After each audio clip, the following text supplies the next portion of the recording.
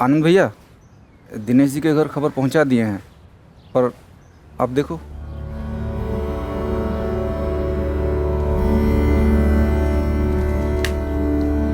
वासुदेव,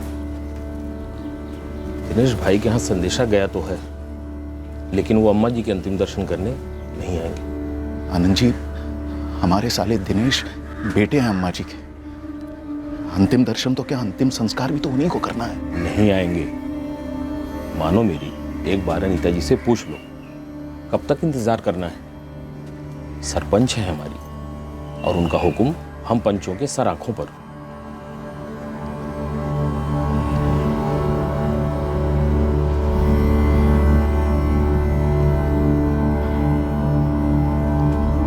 अनीता, दिनेश भाई के यहाँ संदेशा तो गया है, पर उनकी अब तक कोई खबर नहीं। आएंगे, इकलौते भाई हैं हमारे, अम्मा अब्बा का इकलौते बेटे। इंतजार करते हैं।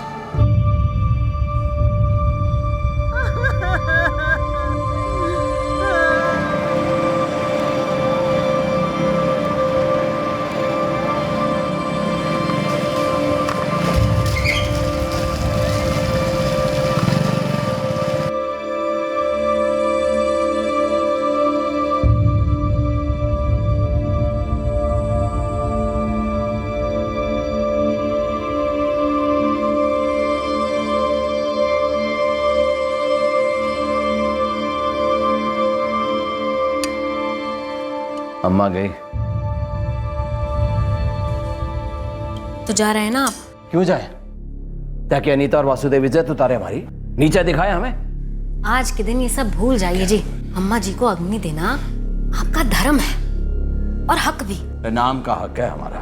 ऐसा ना सोचिए जी, हक होने से मिलता नहीं है, हक तो जताना पड़ता है, और जो जरूरत पड़े तो छीनना भी पड़ता है, वरना इस एक हक के साथ बाकी के सारे हक भी छीन सकते हैं। समझ रहे हैं ना आप हमारी बात? छत्तीसगढ़ के जगदीशपुर की निवासी नर्मदा साहू चल बसी थी, लेकिन उनका बेटा दिनेश साहू उनके अंतिम संस्कार में शरीक नहीं हो रहा था। दिनेश साहू के दिल में अपनी मां की मौत के दुख से ज्यादा अपनी बहन अनीता गौर के प्रति शिकवा था। इस शिकवे ने, इस गुस्से ने दिनेश साहू में एक बड़ा अजीब सा भय पैदा किया था। आखिरकार शिकवे का यह बीज बोया कब गया था, और अब सवाल यह था कि बैर और गुस्से का यह पेड़ कितना बड़ा होने जा रहा था।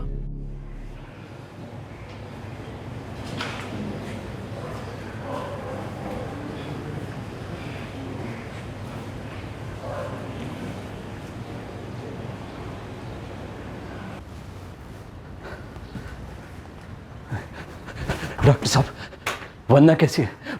हमारा बच्चा? दिनेश जी लड़का हुआ है, लेकिन माफ कीजिए, हम वंदना जी को नहीं बचा पाए।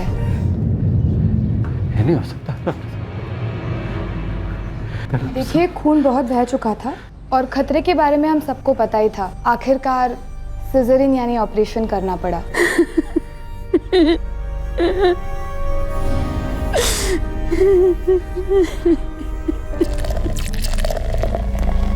गले लगाना तो दूर, दिनेश बच्चे को देखता भी नहीं है, बहुत ज्यादा पीने लगा है।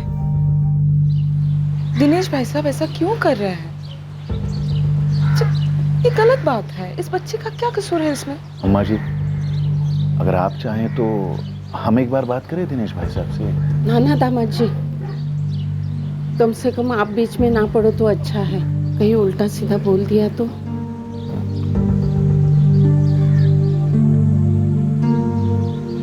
नामकरण का क्या सोचा अम्मा? मैंने नाम सोच लिया, प्रसाद। प्रसाद साहू, मेरा पोता प्रसाद।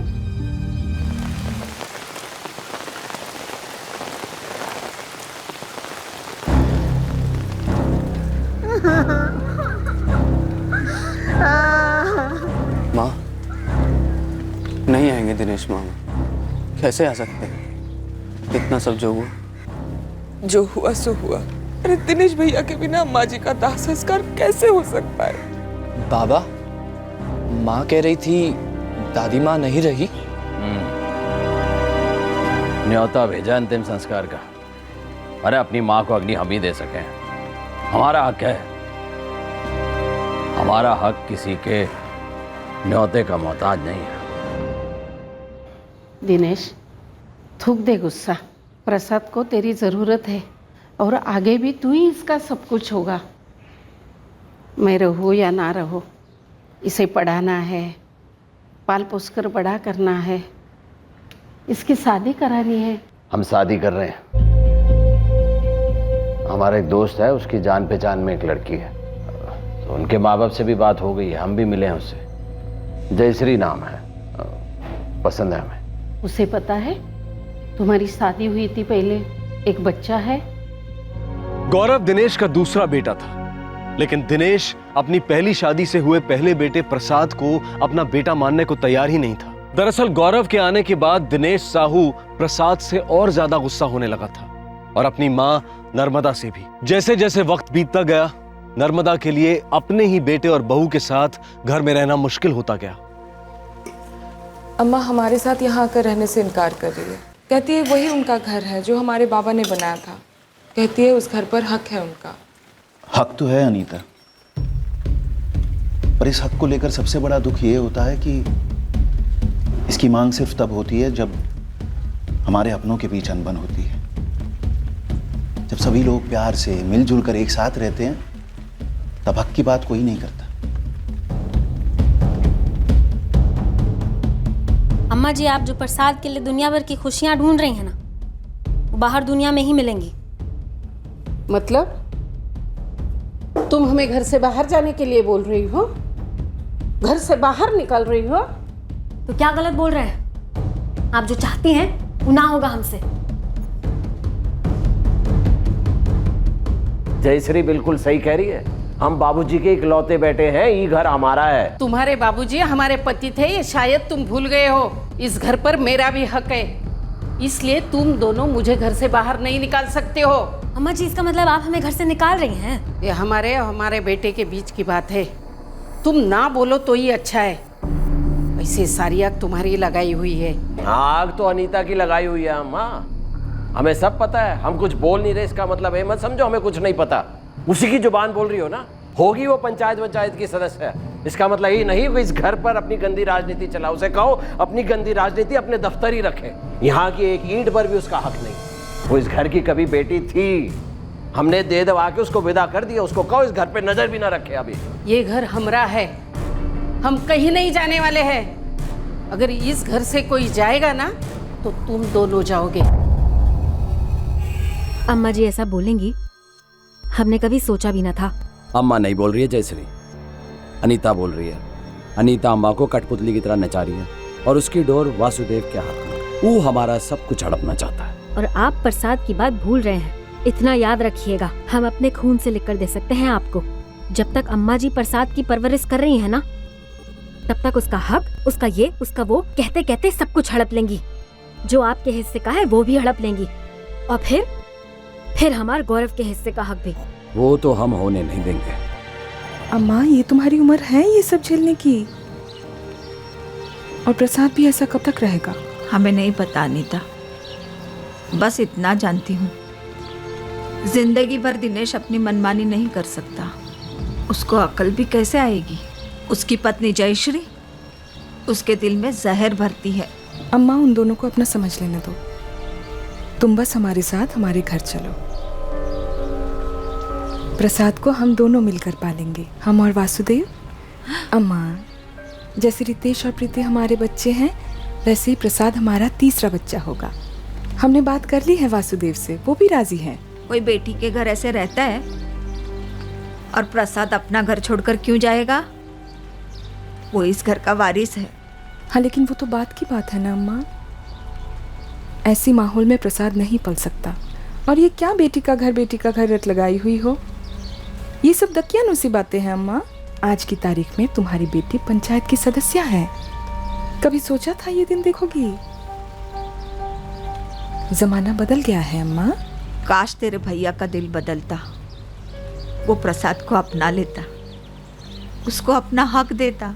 इस वक्त हम तुमसे अपना हक मांग रहे हैं अम्मा, बेटी होने का हक। जैसे दिनेश भैया का तुम पर हक है, वैसे हमारा भी है। अम्मा, हमारा भी मन करता है कि हम तुम्हें खुश रखें। हमारा भी हक बनता है कि हम तुम्हारा देखभाल करें जिंदगी भर।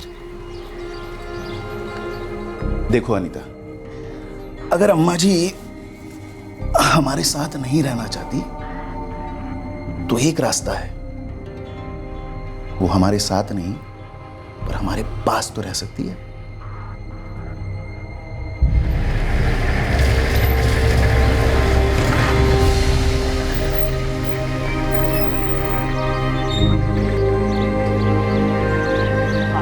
भाई सामान जरा उतार देना, लेकिन धीरे से। आइए अम्मा जी, आराम से हाथ दे दीजिए। अम्मा जी, हम एक ही घर में तो नहीं होंगे, फिर भी एक साथ ही रहेंगे। आप यहाँ से आवाज देंगी तो अनीता और मैं वहां सुन लेंगे। और हाँ, आजा बच्चा, ओए नहीं रोते नहीं। अम्मा जी, आज से प्रसाद हमारा तीसरा बच्चा रहेगा। वो आप ही के साथ, पर माँ बाप होंगे हम।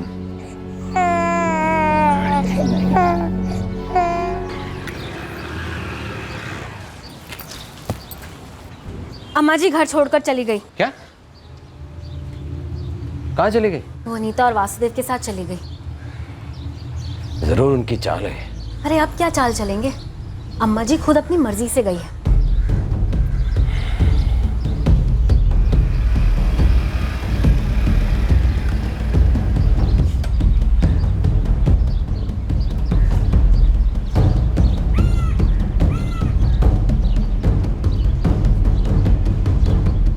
भाई दिनेश, मैंने सारे रिकॉर्ड 3-3 बार चेक किया है। तुम्हारी कोठी, तुम्हारे खेत, सब कुछ तुम्हारे बाबूजी के नाम पे ही है। मतलब हमारा है ना? हाँ भाई, पिताजी के जायदाद में पहला हक तो बेटे का ही होता है ना। एक बात बताओ प्रदीप भैया, इस जगदीशपुर में पहले पंचायत में सिर्फ मर्द होते थे, अब औरतों के लिए भी जगह हो गई है। तो हमारी जायदाद के लिए तो नहीं हो सकता कहीं? जो मेरा घर है, जमीन है, उसमें हमारी बहन अनीता हिस्सा मांग ले। देखो भाई, ये सब जो है कानूनी बातें, मेरा काम है सिर्फ ऊपर से आए ऑर्डर पे अमल करना। हम कौन सा ऑर्डर बदलने को कह रहे हैं, हम तो पूछ रहे हैं ऐसा। देख भाई दिनेश, हक जो है ना अदालत साबित करती है। जताने को कोई भी जता सकता है, कोई भी दावा कर सकता है। मतलब तो जो हमारा घर है, जमीन है, उसमें हमारी बहन हिस्सा मांग सकती है। यदि अम्मा जी चाहें तो अनीता जी को एक हिस्सा मिल भी सकता है। अम्मा जी का हक ज्यादा है या हमारा? यार ये पूरा चित्रपुर और जगदीशपुर जानता है कि तुमने अम्मा जी को घर से निकाल दिया है। अरे बकवास है प्रदीप भैया, अपनी मर्जी से गई है, हमने थोड़ी ना निकाला उन्हें। तो घुमा फिरा के बात तो वही है ना यार। पूरा गांव अभी अनीता जी और उनके पति का गुणगान कर रहा है। बेटी होके भी उन्होंने बेटे का फर्ज निभाया है। तुम्हारी बूढ़ी माँ और तुम्हारे पहले बच्चे की जिम्मेदारी उठा रही है वो, और बात भी सही है। जो हमारी बहन अनीता है ना, उसकी चाल सही है। चालाकी तो कोई उससे सीखे। अब इसे चाल कहो या जो भी कहो, लेकिन सच्चाई यही है कि आज अनीता जी ही अम्मा जी की देखभाल कर रही हैं, और अनीता जी पंचायत की सदस्य भी हैं।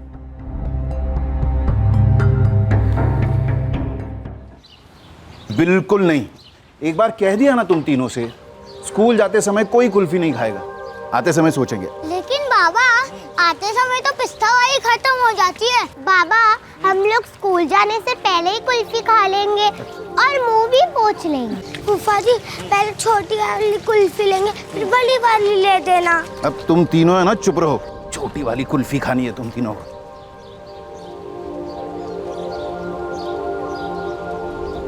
अच्छा अम्मा, हम चलते हैं। अरे आजकल तो तू पंचायत की हो गई है। अभी कहाँ अम्मा, 4 महीने में पंचायत की चुनाव है। इस बार तुम्हारे दामाद नहीं लड़ रहे हैं ना? क्यों? अरे इतना अच्छा काम कर रहे हैं, लोग इज्जत करते हैं। लेकिन उनको भी अपनी टीचरी पे ज्यादा ध्यान देना है। तो बोले अनीता, इस बार तुम लड़ लो।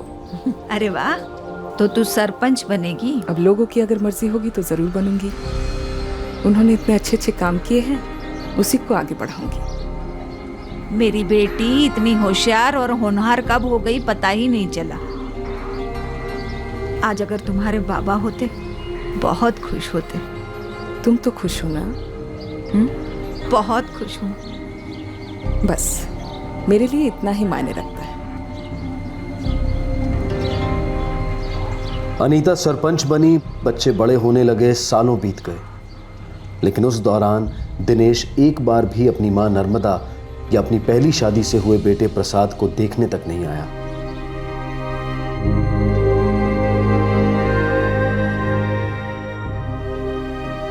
अनीता, अगर मैं यहीं से चली जाऊं तो मुझे कोई दुख नहीं होगा बेटी। खुशी खुशी चली जाऊंगी। क्यों ऐसी बातें करती हो? हैं? कुछ नहीं होगा तुम्हें, ठीक हो जाओगी अम्मा। लोग कहते हैं कि तू मेरा असली बेटा है, लेकिन मैं कहती हूँ हर माँ बाप को तेरी जैसी बेटी मिले। आप ठीक कह रही हैं। गांव में सभी कहते हैं बेटी हो तो अनीता जैसी। गांव का उद्धार एक तरफ और अम्मा जी का सम्मान एक तरफ।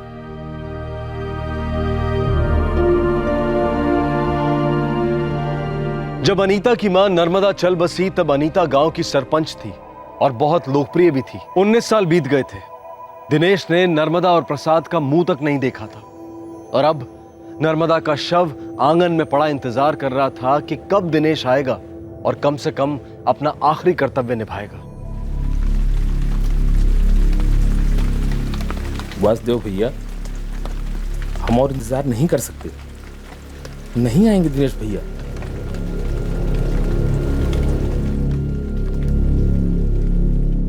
हम भी देखते हैं हमारे बिना अंतिम संस्कार कैसे होता है।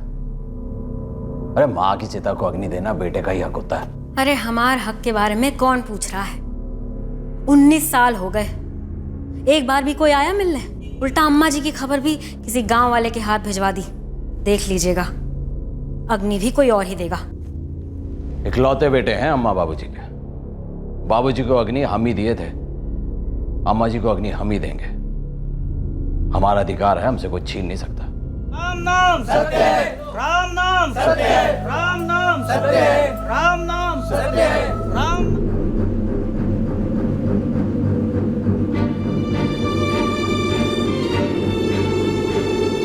मृत्युंजय महादेवत्राय माम शरणागतम जन्म मृत्यु जरा व्याधि पीड़िते कर्म बंधने ही। अनीता जी, और इंतजार ना करें। हक है दिनेश भैया का। वैसे भी नर्मदा जी की अंतिम इच्छा यही थी। आनंद, अनीता से कहो हमारा अंतिम संस्कार वही करेगी। आपको कुछ नहीं होने वाला। अभी तो आपको रितेश, प्रीति और प्रसाद की शादी देखनी है। हमें इतना लालच नहीं है। वासुदेव और आप सब लोगों ने हमारे लिए बहुत कुछ किया है। हमारा बेटा होते हुए भी उसने कुछ नहीं किया। प्रसाद को एक बार मिलने के लिए भी नहीं आया। अनीता ही हमारे लिए सब कुछ है, वही हमें विदा करेगी। जम्बूद्वीपे आकाश मार्गे धर्मराज लोके प्रेतस्य प्रेतत्व मुक्त्यर्थम उत्तमो उत्तम फल प्राप्त्यर्थम ते मया दीयते तव प्रतिष्ठिता खंडे आर्यावर्तैकदेशे जम्बूद्वीपे आकाश मार्गे धर्मराज लोके प्रेतस्य प्रेतत्व मुक्त्यर्थम।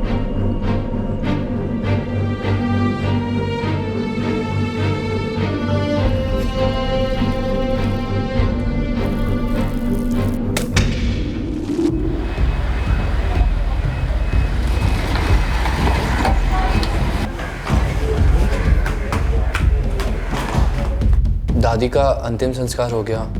दादी माँ को अग्नि अनीता बुआ ने दी है और 13वीं भी वही करेंगी। इंतजार नहीं हुआ हमारा। दुनिया को बोलेंगे हम तो आए ही नहीं। अब जताएंगे सारे हक। बड़े सातिर लोग हैं, ये चाल है उनकी।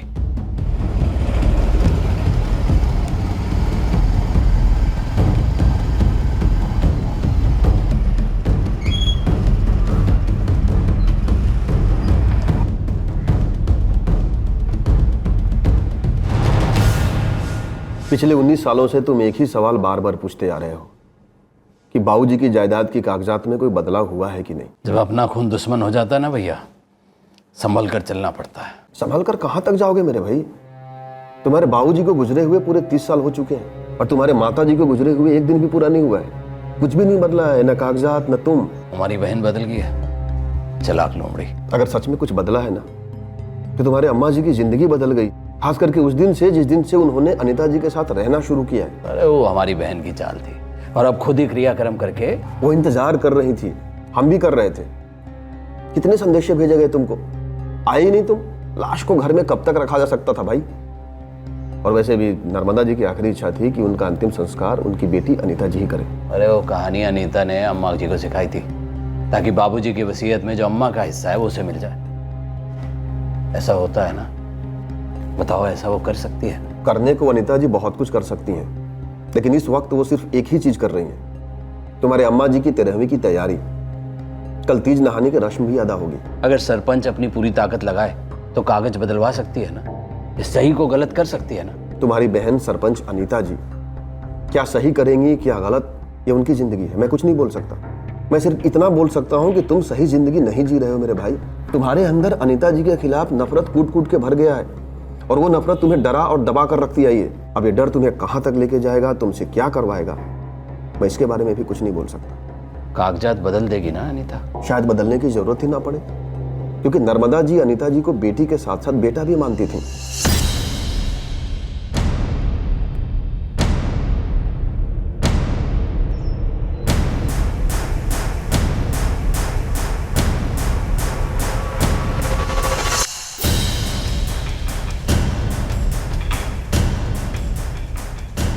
तीसरे दिन की रस्म को पूरा करने घर के सभी पुरुष निकल पड़े। वो नर्मदा साहू की अस्थियां विसर्जन करने जा रहे थे। दूसरी तरफ घर की औरतें अलग से तालाब के लिए निकल रही थीं। ऊपर से सब कुछ सामान्य लग रहा था, पर हवा तंग थी, मानो कुछ होने वाला था। वो लोग अस्थियां बहाने जा रहे हैं, आप जा रहे हो? आज तो काफी कुछ भरेगा।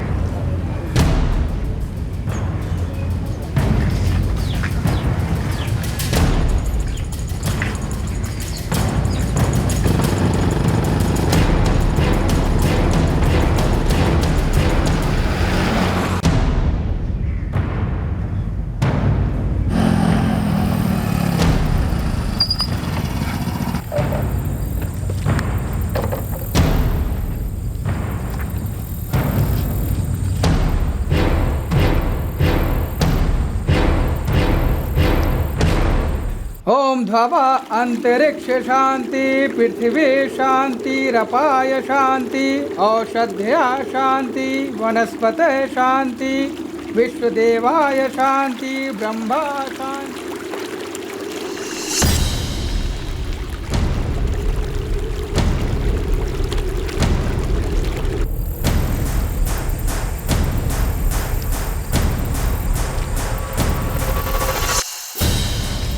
हो रही अनीता, देख देख, सबसे आगे जा।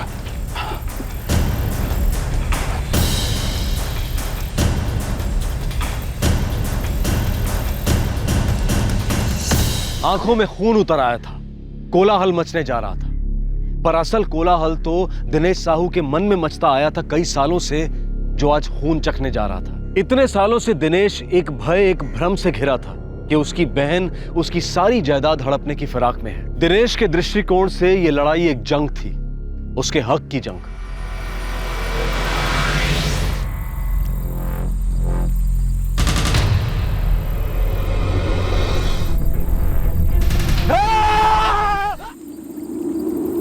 वासुदेव भैया, वासुदेव भैया, वासुदेव भैया, भैया भैया जल्दी चलिए, वहाँ सरपंच जी पे हमला हुआ है। क्या? किसने किया हमला? वो बाकी औरतों के साथ यहाँ पे आने के लिए निकली थी, तभी दिनेश भैया उनके लड़के गौरव ने कुल्हाड़ी से वार कर दिया। चाकू भी था, बहुत खून बह रहा है सरपंच जी का।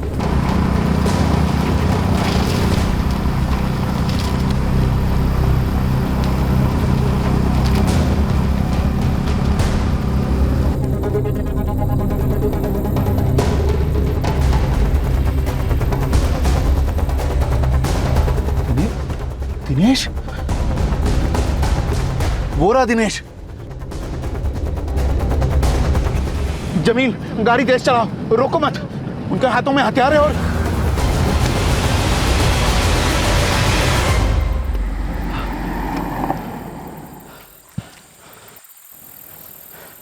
बेटा निकलना होगा, यहाँ रुक नहीं सकते। जीवन दीप्ति अस्पताल लेकर गए हैं सरपंच जी और उनकी बेटी प्रीति को। साहब बहुत बेरहमी से काटा, बहुत खून बह रहा था। अब सभी ने देखा हमलावरों को? साहब सरपंच जी का भाई दिनेश और उसका बेटा गौरव था। दिनेश के हाथ में कुल्हाड़ी थी और गौरव के हाथ में चाकू था साहब। हम तो तालाब की तरफ जा रहे थे साहब, पता नहीं कहां से अचानक बाप और बेटे आ गए। ना कुछ बोला ना कुछ कहा, सीधे हमला कर दिया अनीता जी पर। अनीता और प्रीति कहाँ है? जीवन दीप्ति अस्पताल लेकर गए हैं दोनों को। लेकिन ये आप वासुदेव गौर, अनीता गौर के पति? जी साहब, ये दिनेश और गौरव ने हम पर भी हमला किया। वो हमारे लिए घात लगाए बैठे थे रास्ते पर हथियार लेकर। जब हमने गाड़ी नहीं रोकी तो गाड़ी पर भी पथराव किया उन लोगों ने। कहाँ हुआ पथराव? ये इसी रास्ते पर। ना भाई, जंगल में फैल जाते हैं इससे पहले कि वो लोग इलाका पार कर जाए। और सर मैं एक टीम दिनेश साहू के घर भेज देता हूँ, शायद वहाँ से कहीं और भागने का प्लान हो उसका। मूव।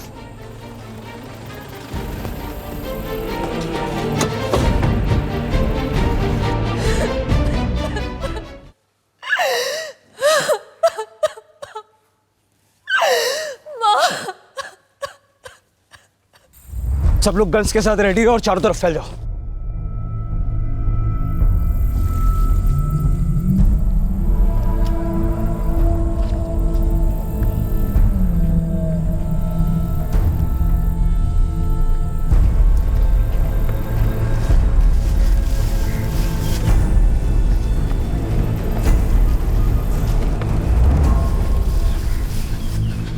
प्रीति, प्रीति, बाबा, प्रीति कहाँ है तुम्हारी माँ? कैसी है वो? प्रीति बोलना, कैसी है तुम्हारी माँ? बाबा, माँ अब नहीं रही बाबा, उन लोगों ने माँ को मार दिया।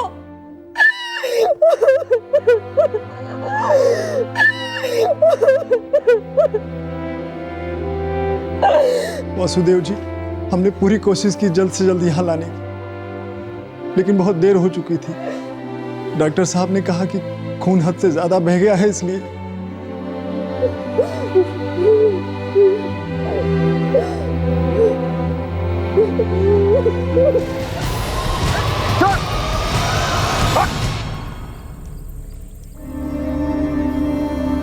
दिनेश साहू, तुम दोनों अपने मकसद में कामयाब हो गए हो। अनीता जी तुम्हारी बहन हॉस्पिटल में चल बसी है, अब चार्ज हत्या का लगेगा। हमें चार्जवाज से कोई मतलब नहीं है इंस्पेक्टर साहब। रत्ती भर गलत नहीं किया, जो किया बिल्कुल ठीक किया। औरत ही ऐसी थी वो औरत बहन थी तुम्हारी, जिसने न सिर्फ तुम्हारी माँ की देखभाल की, तुम्हारे बड़े बेटे की भी जिम्मेदारी उठाई। 19 साल से सुनते आ रहे, उसने हमारी सारी जिम्मेदारी उठाई। कोई ये नहीं जानता कि ये सब उसकी साजिश थी। उसने जानबूझकर ये किया ताकि वो हमसे सब कुछ छीन सके जो कुछ हमारा था। हमारी अम्मा को भी हमसे छीन लिया। किसी ने कुछ नहीं किया दिनेश। पूरे 19 साल तक तुम अपनी अम्मा और अपने बड़े बेटे से नहीं मिले। अनीता की चाल थी, लोमड़ी थी, लोमड़ी दूर का सोचती थी। दुनिया को जताना चाहती थी कि वो बेटी और बेटे दोनों का फर्ज निभा सकती है। हमारे बारे में झूठी झूठी बातें फैला दी। ऊपर से सरपंच थी, क्या कुछ नहीं किया उसने हमें हमारी अम्मा और हमारे बेटे से अलग करने के लिए, जायदाद से अलग करने के लिए। माँ को अग्नि देने का अधिकार भी हमसे छीन लिया। वो अधिकार सिर्फ हमरा था, हमरा। बकवास बंद करो दिनेश, हमने सारी पूछताछ कर ली है। तुम्हें संदेशा भेजा गया था, तुम्हारे घर आदमी भी भेजा गया था, पूरे 3 घंटे तक तुम्हारा इंतजार किया गया था, लेकिन तुम नहीं आए। गुस्सा थे हम उन लोगों पर।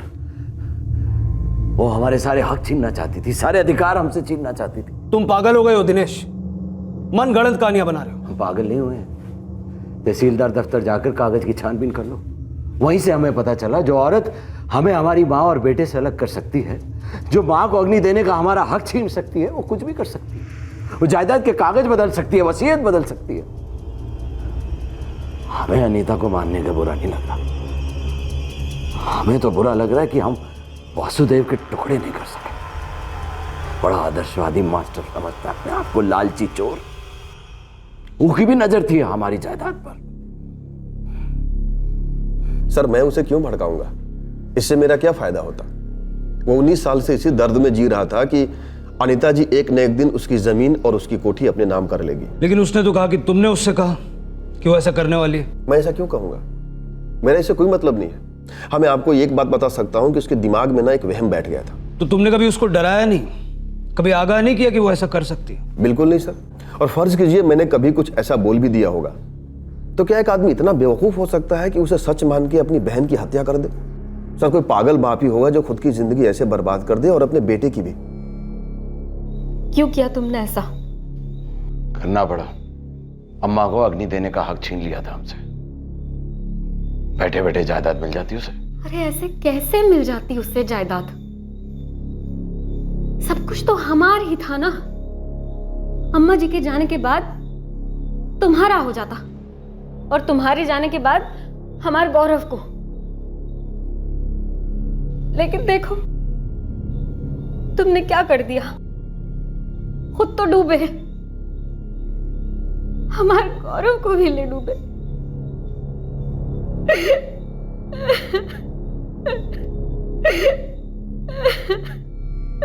दिनेश साहू और उसके बेटे गौरव साहू को आईपीसी की धारा 302 के तहत कत्ल के इल्जाम में गिरफ्तार किया गया है। इस वक्त दोनों न्यायिक हिरासत में हैं। इस हत्याकांड ने सारे गांव को झकझोर कर रख दिया। अनीता गांव की सरपंच थी और इस गांव के हर घर से उसका रिश्ता था। अनीता ने गांव के उद्धार के लिए भरपूर मेहनत की थी और साथ ही ना सिर्फ उसने अपनी फैमिली की देखभाल की, बल्कि अपने भाई की पहली पत्नी वंदना से हुए बेटे प्रसाद को भी अपने बेटे की तरह पाला और अपनी बूढ़ी मां की पूरी जिम्मेदारी अपने मजबूत कंधों पर ली। दूसरी ओर दिनेश एक ऐसे डर और वहम का शिकार था जिसका कोई आधार नहीं था। अपने हक को लेकर तो दिनेश काफी उत्तेजित हो जाता था, लेकिन वही जोश उसने अपनी जिम्मेदारियों के प्रति कभी नहीं दिखाया। 19 सालों में दिनेश अपनी मां और अपने पहले बेटे प्रसाद को देखने कभी नहीं आया और इस बात का गवाह पूरा गांव था। और अब इतना बड़ा संगीन जुर्म करने के बाद उसे कोई पछतावा भी नहीं था। बड़े दुख की बात है कि अनीता गौर को इस तरह अपने भाई के हाथों अपनी जान गंवानी पड़ी। पारिवारिक रिश्तों में आपसी गिले शिकवे, गुस्सा, जलन, मनमुटाव, ये सारी भावनाएं लंबे अरसे तक छुपाई जा सकती हैं। ये भावनाएं आपको ऐसी यातनाएं दे सकती हैं कि जिनके सामने बाहर की दुनिया द्वारा दिया गया दर्द, तकलीफ, टेंशन बहुत ही फीका लगने लगता है। अक्सर हमारे प्रोफेशनल फील्ड के उतार चढ़ाव या वहां के लोगों के साथ अनबन का सामना करना आसान होता है, लेकिन पारिवारिक झगड़ों को सहन करना असहाय हो जाता है। पर ऐसा क्यों होता है?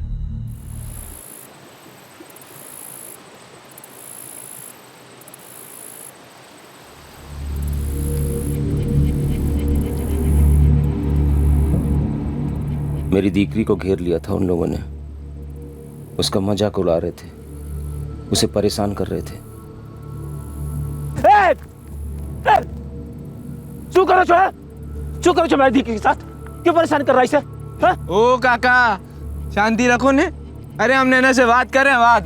बात कर रहे थे। हाँ। नैना का चेहरे को देखकर कहीं भी नहीं लगता कि तुम लोग उससे बात कर रहे थे। बंसी काका तुमने लगे बात करना छेड़ना है तो नैना भी हमें छेड़ रही थी। तुम्हें तो बात कर रही थी ना हमारे साथ। ए चंदन के बच्चे, वो अपने रास्ते जा रही थी, तुम लोग इसको घेर रहे थे। केम बूम पड़ो छो काका। अरे हम लोग फ्रेंड्स लोग हैं, फ्रेंड्स। हंसी मजाक चल रहा था, जोक सुना रहे थे, चुटकुले। गंदा गंदा मजाक करने को चुटकुला सुनाना कहते हैं? इतना ही मजाक करने का शौक है ना, तो अपने घर जाकर बाप बहनों के साथ करो मजाक। ए काका लिमिट में रहो। हाँ, हमारी बाप बहन को बीच में नहीं लाने का पहले ही बोल देता हूँ। तो मैं भी बोल देता हूँ, आज के बाद नैना के आसपास भी दिखाई दिया ना, छोड़ूंगा नहीं ये केक को। ओ काका ये धमकी किसी दूध पीते बच्चे को देना, सर डर जाएगा। और जरूरत पड़ने पर ना हम लोगों को भी मुंह तोड़ जवाब देना आता है। धमकी आप पूछे? देख लेना, देख लूंगा तुम सबको। चल चल देख लूंगा तुम सबको। हाँ। ओ काका डिग्री ने बांधी ने रखो, पता चला दौड़ी दौड़ी फिर आ गई हमारे पास। दौड़ोगे तुम लोग, अपनी जान के लिए दौड़ोगे तुम सबके सब, छोड़ूंगा नहीं, देख लेना।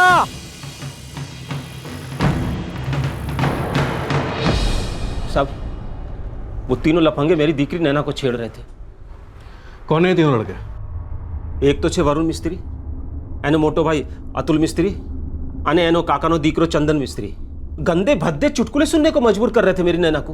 कहाँ रहते हैं ये लोग, कुछ पता है? पड़ोसी छे साहब। उफरती मनी धमकी आपी कि मैंने कुछ किया तो मुझे मुंह तोड़ जवाब देंगे। ठीक है, मैं बात करता हूँ। बात शू करवानी साहब? वो तीनों भी तो कह रहे थे कि मेरी नैना के साथ बात कर रहे थे। उसको छेड़ना बात करना कहते हैं साहब। हूँ कहूँ साहब ये रफ्तार करो। बंसी भाई मैं कह रहा हूँ ना, मैं बात करूंगा उनसे। बात करने से कुछ नहीं होगा साहब। आप मेरे शिकायत दर्ज करो, हमलाज दर्ज करो साहब। जो जरूरी है हम करेंगे, अब आप हमें अपना काम करने दो। ये तीनों छटे हुए हैं साहब, जब तक डंडे ना पड़े सुधरेंगे नहीं। मैं खेत में जा रहा था, तभी मैंने देखा अपनी आंखों से, छेड़ रहे थे इसे। है नैना, ये लोग रोज छेड़ते तेरे को? नहीं बा। हर्षिता तुझे भी परेशान करते हैं लोग? ना पा। अगर छेड़ते भी होंगे ना तो आगे से हिम्मत ना होगी सालों की। जब तक पुलिस कुछ कार्रवाई नहीं करती हूं चुप ना थी बेसवानो, छोड़ूंगा नहीं सालों को।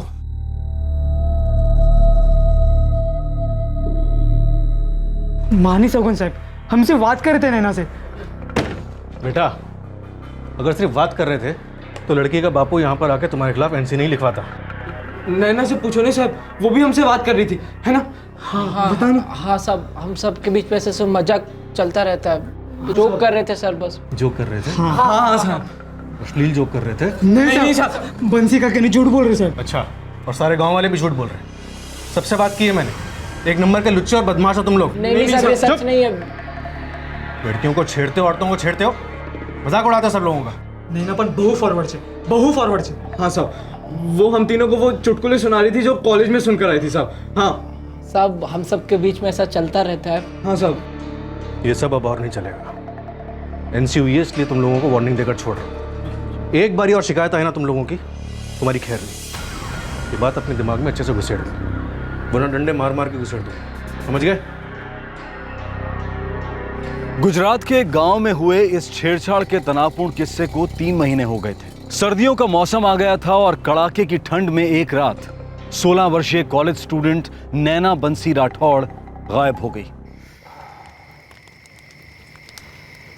ए मगनिया, आओ आओ, तापड़ो आओ। नैना, नैना, नैना, नैना, हे भाई, मेरी नैना को कहीं देखा क्या? नहीं, पर इतनी रात को तेरी दीकरी कर क्या रही थी बंसी? साझे लकड़ी लेने के लिए गई थी, अजी सुधी आवी नहीं। अरे बंसी, शांत तो कब की खत्म हो गई, અત્યારે तो 9:30 बजने को आए। शिवराज भाई, મને બહુ ડર લાગે છે। मेरी नैना पता नहीं कहाँ चली गई। तमें शांति रखो बंसी भाई, पूरे गांव वालों को बुलाते हैं और नैना को ढूंढते हैं। हाँ, चल के गोविंद को भी बुला लेते। हाँ, आप सब लोग गांव वालों के साथ गोविंद भाई के घर आ जाओ। हाँ, जल्दी आना। ठीक है, चलो। गोविंद भाई, गोविंद भाई। अरे बंसी भाई, आटली रातना શું થયું? गोविंद भाई, मारी दीकरी नैना गायब થઈ गई છે। ऐसे कैसे गायब हो सकती है? वो शाम को लकड़ी इकट्ठा करने के लिए गई थी, पाछे आवी नहीं। हेलो हेलो, देखते हम लोग आते, चिंता ना करो। हाँ,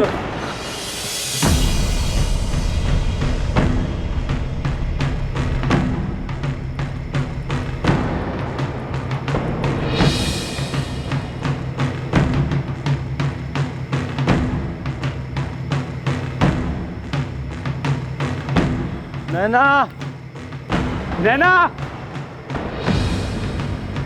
नैना, नैना। જીવરાજભાઈ, બંસીભાઈ, આપણે ઘરે ઘર જઈને જોવું જોઈએ। हो सकता है शायद किसी के घर में हो। पर गोविंद भाई, लड़की इतनी रात गए, किसी के घर क्यों गई होगी? मतलब शू खबर, चक्कर बक्कर आया हो, गिर गए हो कहीं?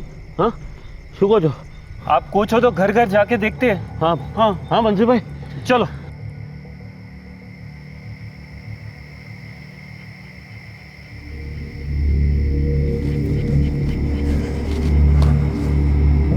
बा, શું થયું? और बापू कहाँ है? तू सोई जा, जा सोई जा अंदर जा। बा, बोलो ना, શું થયું? बापू कहाँ है? नहीं ना, अभी तक लौटी नहीं है। तेरे बापू और सब गए हैं ढूंढने।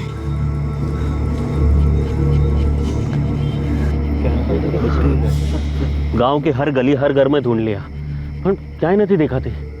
कहीं ऐसा तो नहीं कि रास्ता वास्ता भूल गई हो या कहीं सो गई हो? ऐसा कैसे सो जाएगी? हाँ, और वो भी इतनी ठंड में। और अगर सोई भी होती तो घर वाले आकर बता देते। वो मिस्त्री के घर में चल के देखते हैं। वो उसके घर में नहीं देखा अभी।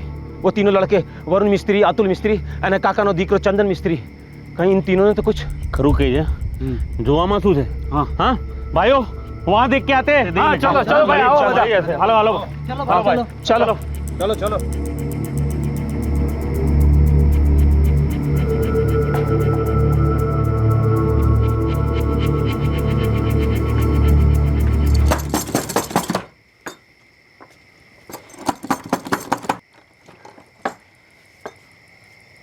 શું થયું? મારી દીકરી નૈના કાં છે હિતેશભાઈ? नैना? हाँ, મને શું ખબર? તમારો છોકરો कहाँ है? वो जहाँ भी है, तारे शू? મારી નૈના ગાયબ છે હિતેશભાઈ।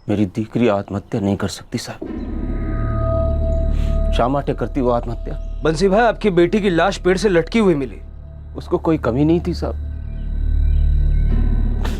बहुत खुश थी, सभी लड़कियों की तरह थी मेरी नैना। तो वो आत्महत्या क्यों करती साहब? सिर्फ 16 साल की तो थी।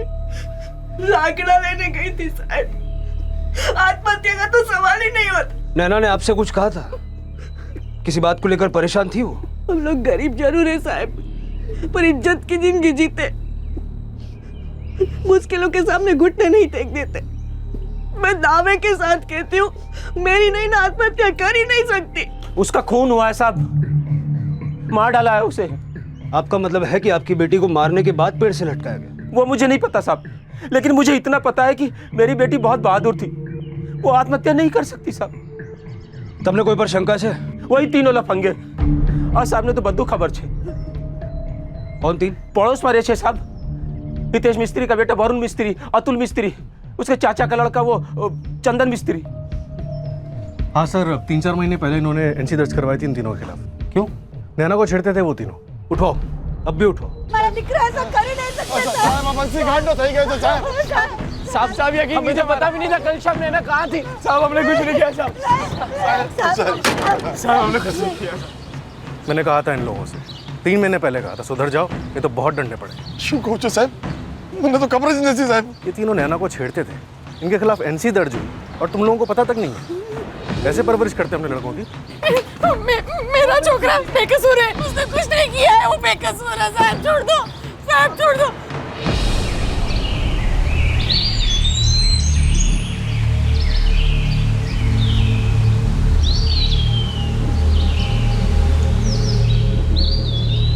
यही बेड था? हाँ, जीवराज भाई सौ पेला जो दुपट्टे से लटकी हुई थी, हम सबने मिलकर नीचे उतारा।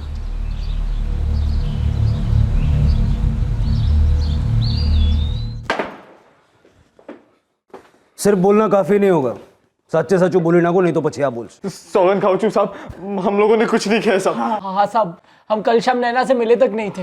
बंसी का काम पर खुन्नस खाते हैं, इसलिए वो भड़ास निकाल रहे हैं साहब। मैंने बोला था तुम तीनों को, एक और शिकायत आई तो डंडे ही डंडे पड़ेंगे। साहब हमने कुछ नहीं किया, हमें तो पता भी नहीं था कि उसकी लाश कहाँ मिली। बेटा रुकने नहीं चाहिए, इनको समझ आना चाहिए कि किसी लड़की को छेड़ना और फिर उसकी जान लेना, उसको मार डालना, ये नहीं चलेगा, बिल्कुल नहीं चलेगा।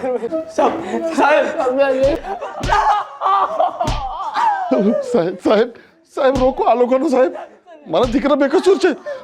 उस बंसरी ने गलत इल्जाम लगाया है साहब। आपके बेटों ने आपको लिखित रूप में दिया था क्या कि वो कभी किसी लड़की को नहीं छेड़ेंगे? बंसी भाई ने जब कंप्लेंट की थी उनके खिलाफ, तभी समझ जाना चाहिए था आपके लाडले बेटों को कि नतीजा कितना बुरा होने वाला है। सर, मेरे बेटे ने अगर किसी को छेड़ा भी है ना, तो मैं माफी मांगती हूँ सर, लेकिन मेरा बेटा किसी का कत्ल नहीं कर सकता साहब, नहीं कर सकता। पोस्टमार्टम का रिपोर्ट आने दो, तब पता चलेगा कि आपकी बिगड़े औलादों ने कत्ल के पहले कितना नाम रोशन किया आपके खानदान का।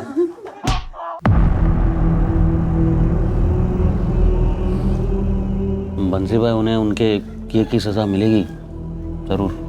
उससे क्या होगा गोविंद,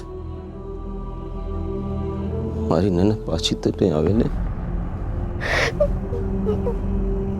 बा, नैना दीदी कह रही गई थी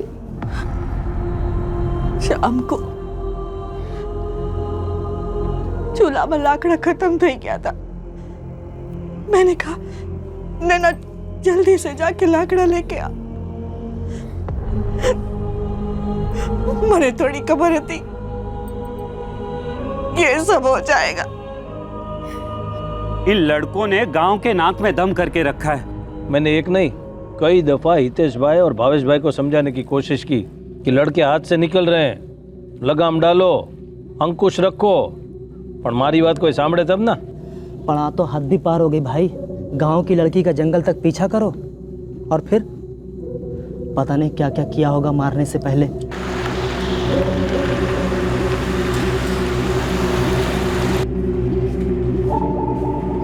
चौंकाने वाली पोस्टमार्टम रिपोर्ट ने इस केस को एक नया रुख दे दिया। यह साबित हो गया कि यह सुसाइड का केस तो कतई नहीं है। नैना के पिता बंसी का आरोप सही साबित हुआ कि नैना का कत्ल किया गया है। पोस्टमार्टम रिपोर्ट में कत्ल से पहले सेक्सुअल एक्टिविटी का जिक्र था और इस सब की वजह से वरुण, अतुल और चंदन मिस्त्री पर शक का रंग और गाढ़ा हो गया।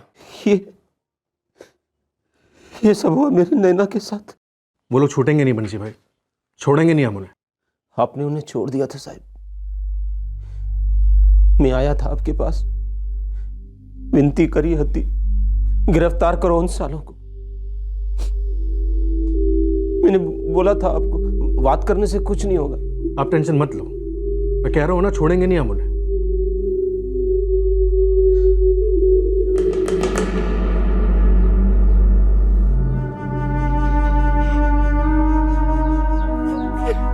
ગોવિંદભાઈ, મને પહેલાથી લાગતું હતું કે ઉન કમીનોને उस बेचारी के साथ कुछ उल्टा सीधा किया होगा।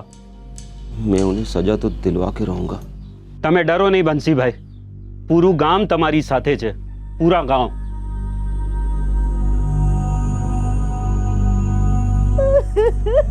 वरुण और अतुल ऐसा कर ही नहीं सकते। लेकिन पुलिस कह रही है हमारे जिक्रों ने नैना के साथ। मैं तो बता भी नहीं सकता, गांव वाले हमारा जीना आराम कर देंगे। હું માનું છું कि चंदन थोड़ा गैर जिम्मेदार है, पूरा दिन मजाक मस्ती करता रहता है, लेकिन वो कभी ऐसा कुछ नहीं कर सकता है। पुलिस वाले कह रहे हैं कि इन तीनों ने नैना के साथ। क्या बोले, क्या करें, कहीं समझातू नहीं।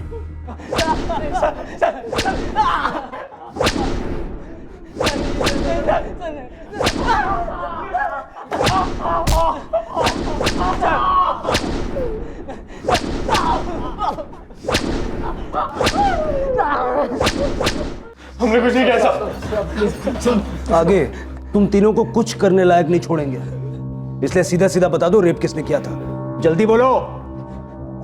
सब इस सब में मेरा कोई हाथ नहीं है साहब, मेरा भी नहीं साहब, कसम साहब, मैंने भी कुछ नहीं किया साहब, कसम से साहब। मर्डर चार्ज, रेप चार्ज और लड़की नाबालिग, पूरी जिंदगी जेल में सड़ोगे या फिर शायद नैना की तरह लटकोगे।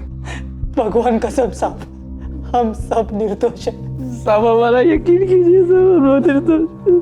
वरुण, तेरे दोनों भाई गिड़गिड़ा रहे हैं, तू बड़ा खामोश सा बैठा है। शो अच्छा, तूने रेप और मर्डर किया है? नहीं साहब, मैंने कुछ नहीं किया। लड़की के प्राइवेट पार्ट से वीर्य के ट्रेसेस मिले। आसिफ, इन तीनों के सैंपल्स लेबोरेटरी भिजवा, बहुत जल्द पता लग जाएगा कि इन तीनों में से कौन था वो जानवर, किसने क्या किया और कैसे किया।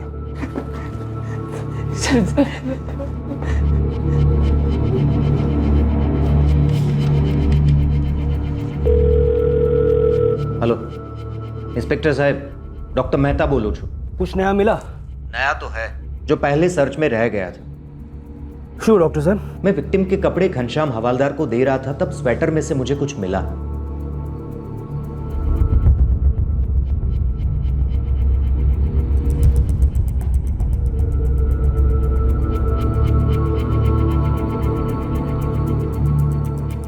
आशु जी, इसके स्वेटर के पॉकेट में था। ये नोट पहली बार हमें नहीं मिला था, क्योंकि हमने पहली बार उसके कपड़े चेक ही नहीं किए थे। क्या लिखा है नोट में? ये सुसाइड नोट मालूम होता है। क्या? हाँ, और लेटर में नीचे नैना राठौड़ के सिग्नेचर भी हैं। इस सुसाइड नोट ने इस केस को सर के बल उलट दिया। अब तक यह स्पष्ट होता चला था कि यह एक मर्डर केस है और शायद रेप और मर्डर केस है। क्या यह सुसाइड नोट अब इस केस की हकीकत पर रोशनी डालता? आखिरकार क्या हुआ था नैना के साथ? वरुण, अतुल और चंदन, इन्हीं तीनों ने मिलकर मुझे मारा है, यही मेरे कातिल। सर, नैना का काफी साफ इशारा है इन तीनों के खिलाफ। पर आसिफ, नैना ने ये नोट कब और कैसे लिखा होगा? उसे कैसे पता कि उस पर अटैक होने वाला है? और जाहिर है अटैक होने के बाद तो वो लिख नहीं सकती। साहिब, नैना तो लकड़ी लाने गई थी, वहां वो पेन और कागज क्यों लेकर जाती? जहां हमें लाश मिली वहां हमें पेन और पेपर तो नहीं मिला। कुछ नहीं मिला साहिब। सर, इस केस में जैसा दिख रहा है वैसा है नहीं। बिल्कुल, इस केस में काफी कुछ हटकर है, जिस पर से हम बहुत जल्द पर्दा उठाएं।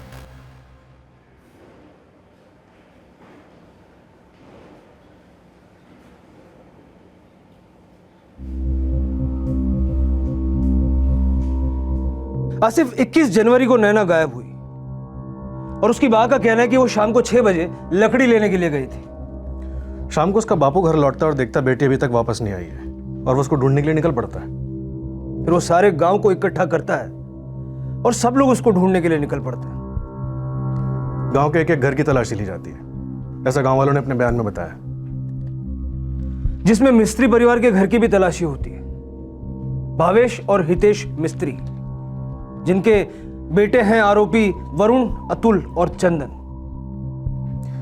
सारे गांव वाले इकट्ठे होकर जंगल में पहुंचते उसके बाद और देखते हैं नैना की लाश पेड़ से लटकी हुई है। आसिफ, अगर इन 3 लड़कों ने यह कांड किया है, उन्होंने जंगल में किया होगा और फिर घर वापस आ गए होंगे। सर, बंसी राठौड़ ने रात 9:30 बजे गांव वालों को चिल्लाकर बुलाया था, ऐसा युवराज ने अपने बयान में बताया।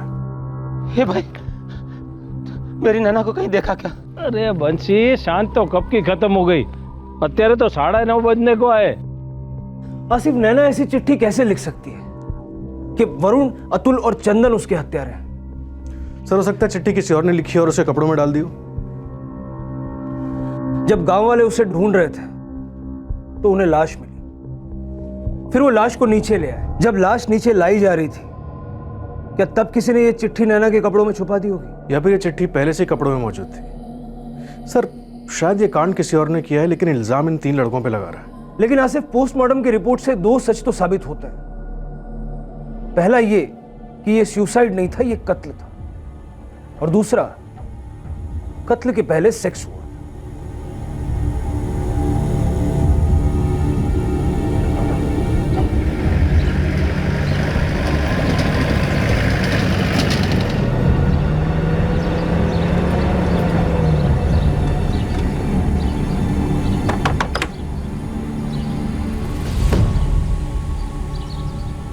क्या हुआ साहब, कुछ पता चला?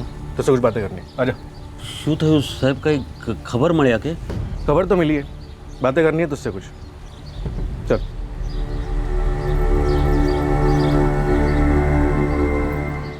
मैं कुछ समझा नहीं साहब। सीधो सवाल छे बंसी, गोविंद से तुम्हारी अच्छी बनती है?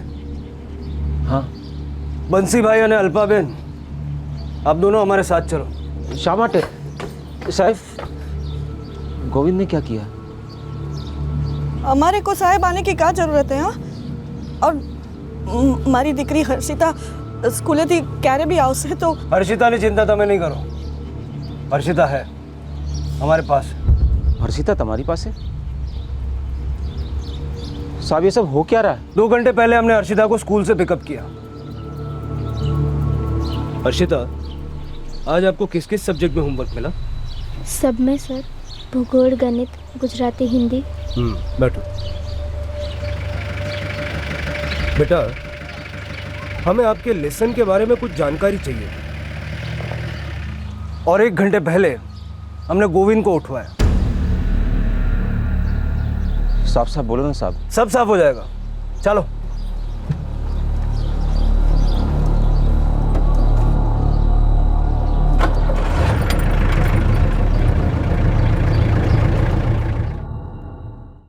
बंसी और अल्पा, नैना के कातिल तुम दोनों।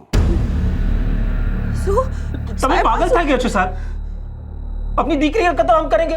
तुम्हारी चोरी और चालाकी पकड़ी गई है। तुम लोगों ने सब कुछ इस तरह से प्लान किया जिससे ये लगे कि ये कत्ल है, और जिसे अंजाम उन 3 लड़कों ने दिया, चंदन, वरुण और अतुल। लेकिन ये ढोंग कुछ ज्यादा ही कर दिया तुम दोनों ने। बच्ची के स्वेटर में एक चिट्ठी डाल दी। इतनी समझदारी दिखाने के बाद ये बेवकूफी कर दी। आसूच है, इसमें लिखा है वरुण, अतुल और चंदन, इन्हीं तीनों ने मिलकर मुझे मारा है, यही मेरे कातिल है। अब नैना तो ये चिट्ठी लिख नहीं सकती, ये भी कोई पूछवानी बात है सर। तो पूछवानी बात ये है, ये चिट्ठी किसने लिखी? मने नहीं खबर साहब। सर, हमारी हिंदी ने लेसन बुक है।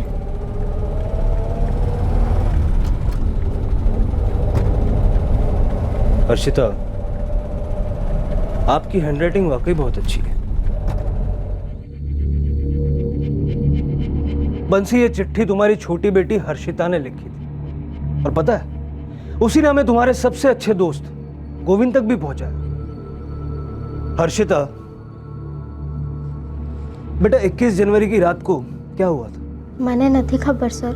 बेटा ये हैंडराइटिंग आपकी है? हाँ सर, आ तो मैं જ લખું છે।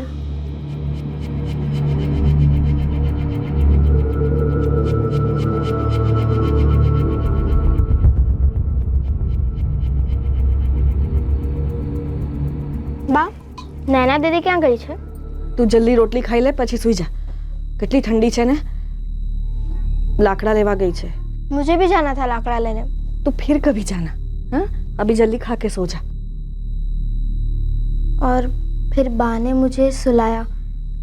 खेलने के बाद मैं बहुत थक गई थी, इसलिए फिर मैं जल्दी सो गई। बेटा फिर ये चिट्ठी कब लिखी? सोने से पहले। और किसने लिखवाई? बापू ने।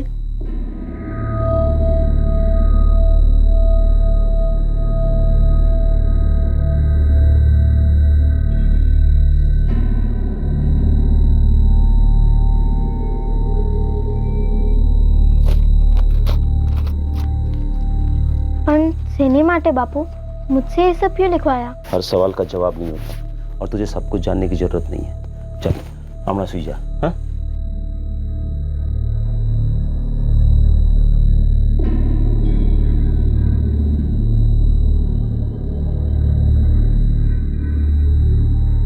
फिर मैंने बा को रोते सुना। जब मैं बाहर आई तो बा ने कहा कि नैना दीदी अब तक लौटी नहीं। बा, सोती हूँ और बापू कहाँ है? तो सोई जा, जा सोई जा अंदर जा। थैंक यू बेटा। अब आप आंटी के साथ जाकर दूसरे कमरे में बैठिए, आपके लिए कुछ अच्छा सा नाश्ता भिजवाते हैं, ठीक है? हर्षिता गेली थे गे साहब, मैंने उसे कुछ भी नहीं लिखाया। बस भी करो बंसी। हर्षिता से बात करने के बाद हमने गोविंद को उठाया और पिंजरे के डर से वो तोते की तरह पटपट सब बोल पड़ा।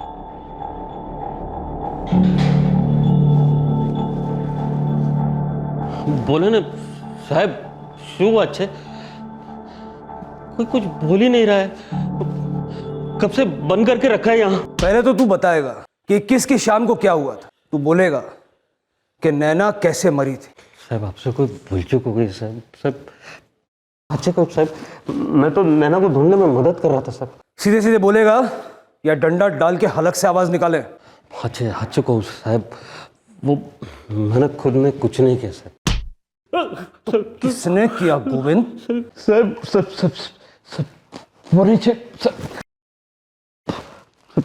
सब पौने 6 बजे वो बंसी भाई साहब मेरे घर पे आए थे साहब।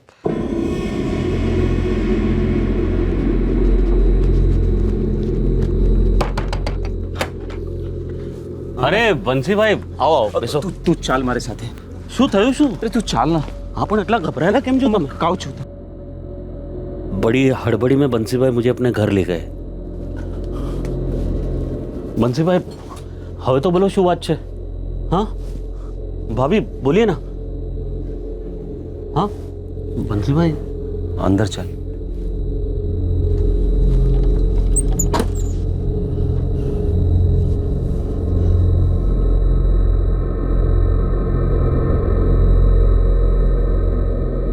कौन सा? फिर वो हर्षिता सो गई ना, उनकी छोटी बेटी, तो रात को फिर मैं और वो बंसी भाई लाश को बाहर लेकर। बंसी दोस्त है मेरा साहब, और उसी ने अपनी बेटी को खत्म कर दिया। मैंने मदद की सिर्फ दोस्त बन के, और साहब वो बंसी का ही योजना थी कि ऐसा लगे कि वो खून वो तीनों ने किया साहब। और तुम्हारा प्लान फेल हो गया। अगर तुमने वो चिट्ठी नहीं लिखवाई होती ना, तो हम लोग कुछ दिन इधर उधर भटकते, लेकिन आते तुम्हारे ही दरवाजे पर। ऐसा भी क्या हुआ था बंसी जो तुमने अपने ही खून की जान ले ली?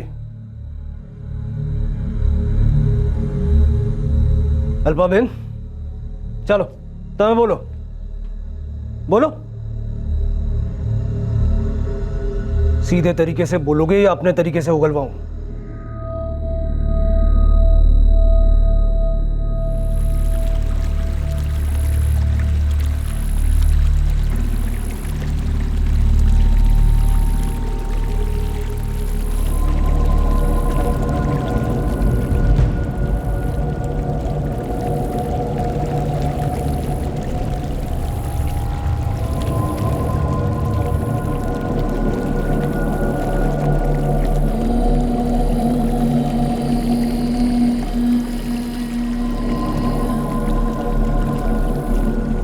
दुपट्टा नहीं उतारा था, मेरे खानदान की इज्जत उतारी थी मेरी दीकरी ने। चल कुत्ता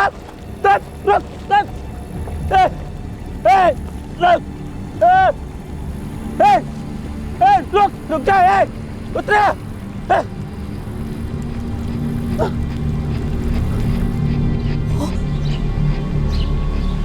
उसके साथ, हाँ, उसके साथ, वो भी खुले में। मैं जो है हमने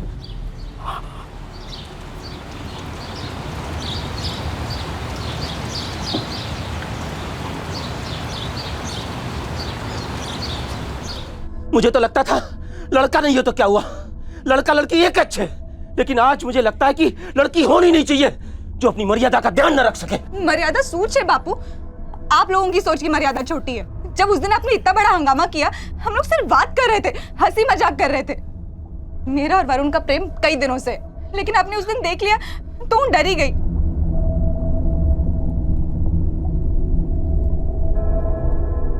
मैंने कुछ बोला नहीं, और वैसे भी आप कहाँ किसी से कुछ बोलने देते हैं। आपको तो बस वरुण पर गुस्सा है क्योंकि हमारा जोड़े बात करे छे, प्रेम करे छे। मैंने इसी दिन के लिए इसको हमने छूट दी थी, इसी दिन के लिए इसको पढ़ाने के सपने देखे थे हमने। कभी सोचा है नानी बहन जताई क्या असर पड़ेगा उस पर है? खुलेआम गांव में पेड़ के पीछे फिर बापू ने बदनसीबी देखना पड़ा उन्हें ये सब। गांव के और लोगों ने देख लिया होता तो वरुण के साथ जो कर रही थी मैंने आमा कहीं खराब न दिला तू। जो आप लोग कर रहे हो ना वो गंदा है, और आज के बाद मुझे कभी रोकना मत। आप मारी जिंदगी छे, मुझे जैसे चाहिए मैं जीऊंगी।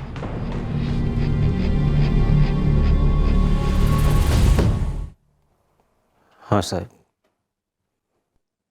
हमने नैना को मार डाला, मर्यादा का उल्लंघन किया था उसने। किसी की जान लेना मर्यादा का उल्लंघन नहीं है,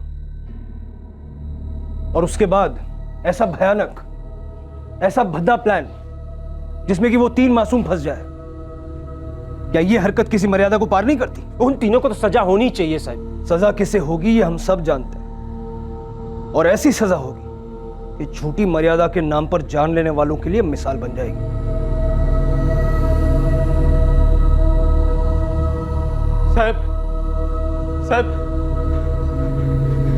साहब मैंने कुछ नहीं किया साहब मैंने कुछ नहीं किया साहब मैंने कुछ नहीं किया साहब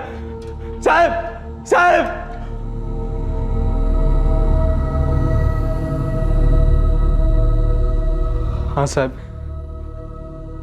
खेत में पेड़ के पीछे मैं था नैना के साथ, हमारे बीच संबंध भी हुए थे, लेकिन मैंने उसका कत्ल नहीं किया साहब।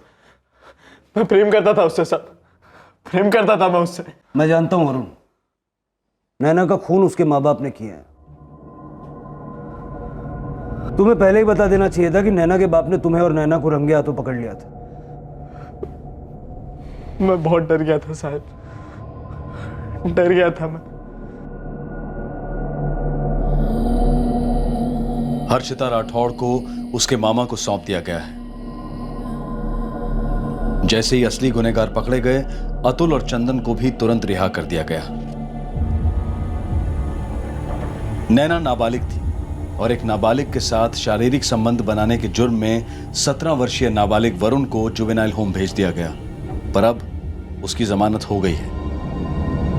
हे भगवान, सु जमानो आयो छे, हम सबको अच्छा उल्लू बनाया, क्या नाटक किया, खुद ही अपनी बेटी की जान ले ली।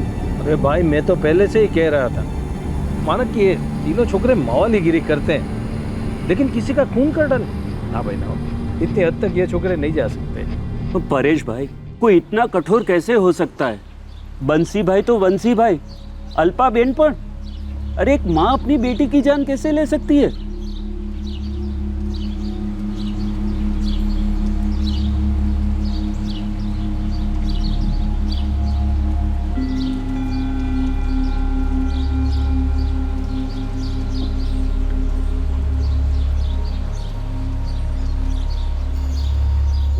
बंसी राठौड़, उसकी पत्नी अल्पा और बंसी के दोस्त गोविंद को आईपीसी की धारा 302 के तहत हत्या के लिए, धारा 177 के तहत झूठी इंफॉर्मेशन देने के लिए और धारा 201 के तहत सबूत मिटाने के लिए गिरफ्तार किया गया है। फिलहाल वो न्यायिक हिरासत में है। 15 वर्षीय हर्षिता इस वक्त अपने मामा की देखरेख में है। एक नाबालिग बेटी का या बेटे का भी सेक्सुअली एक्टिव होना किसी भी हिंदुस्तानी माँ बाप का इसके लिए चिंताजनक होना स्वाभाविक है। बच्चों की इस बेहद सेंसिटिव उम्र से और उनके मन और शरीर में चल रही कश्मकश की आंधी से बहुत ही मैच्योरिटी और समझदारी से निपटने की जरूरत है। लेकिन बंसी एक ऐसा बाप था जिसे अपनी बेटी का किसी लड़के से बात तक करना हजम नहीं हो पाता था। उसने कभी सोचा भी नहीं था कि उसके बनाए गए बर्ताव के नियम दरअसल उसकी औलाद के जज्बात का गला घोट रहे थे। लेकिन ये बड़ी अजीब बात है कि उसी बंसी राठौड़ को अपनी बेटी का गला घोटकर उसका कत्ल करना हजम हो गया और अपनी दूसरी बेटी हर्षिता का इस्तेमाल करके 3 निर्दोष युवकों की जिंदगी दांव पर लगाना भी उसे गलत नहीं लगा। ऐसा नहीं है कि इस तरह के केसेस सिर्फ ग्रामीण इलाकों में ही पाए जाते हैं। गांव हो या शहर, इस तरह का एक्सट्रीम बिहेवियर और संकुचित सोच ले देकर हर तबके में बराबर ही है। जरूरत है कि ऐसी सोच को हम सब लोग बदलें और बदलवाने में मदद करें। आपसे फिर मुलाकात होगी क्राइम पेट्रोल सतर्क में एक और नए केस के साथ। तब तक अपना ख्याल रखें, सुरक्षित रहें, स्वस्थ रहें और याद रखें, सही वक्त, सही कदम, सतर्क रहें। जय हिंद। इस तरह के और भी एपिसोड देखने के लिए हमारे चैनल को सब्सक्राइब करें और बेल आइकन दबाना ना भूलें।